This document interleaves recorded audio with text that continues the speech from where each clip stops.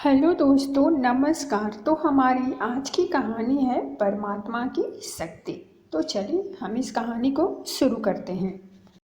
एक घने जंगल में कई जानवर रहा करते थे। उन्हीं में से एक हिरनी भी थी। एक समय जब वह गर्भवती थी और अपने बच्चे को जन्म देने ही वाली थी, ऐसे समय में वह एकांत जगह तलाश में यहाँ वहाँ घूम रही थी। बड़ी मुश्किल से उसे नदी के किनारे ऊंची और घनी घास दिखाई दिया।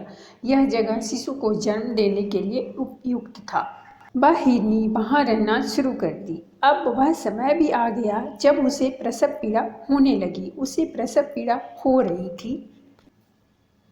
तभी उसके सामने एक बहुत बड़ी समस्या आ खड़ी हो गई। उसने देखा कि आसमान में घनघोर बादल वर्षा को आतुर हो उठे और बिजली कड़कने लगी है। उसने अपने बाएं देखा तो एक शिकारी तीर का निशाना उसकी तरफ साध रहा था। घबराकर वह दाहिने मुड़ी तो वहां एक भूखा और शेर झपटने को तैयार बैठा था। सामने सूखी घास आग पकड़ चुकी थी और पीछे मुड़ी तो नदी में जल बहुत था। कुल मिलाकर हिरनी और उसके बच्चे का जीवन संकट में था। समझ में नहीं आ रहा है कि वह क्या करे। प्रसव पीड़ा से व्याकुल हिरनी भाग भी नहीं सकती थी। अत्यंत कठोर परिस्थिति में सामने आ गई। सोच में पड़ गई और मृत्यु के बारे में सोचने लगी। अंत में उसने निश्चय किया कि अब जो होना है वह होगा।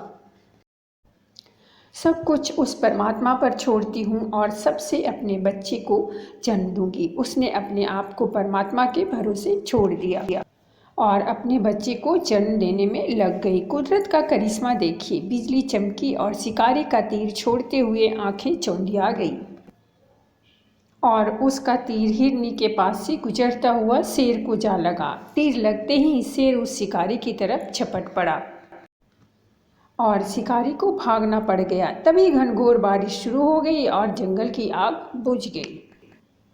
दोस्तों, हमारे जीवन में भी कुछ क्षण ऐसे आते हैं जब हम चारों तरफ से समस्याओं से घिरे होते हैं और कोई निर्णय नहीं ले पाते। तब कुछ पल ऐसे आते हैं हम सुन्न होकर सब कुछ भूलकर परमात्मा के हाथों में छोड़ देते हैं, जैसे उस हिरनी ने किया।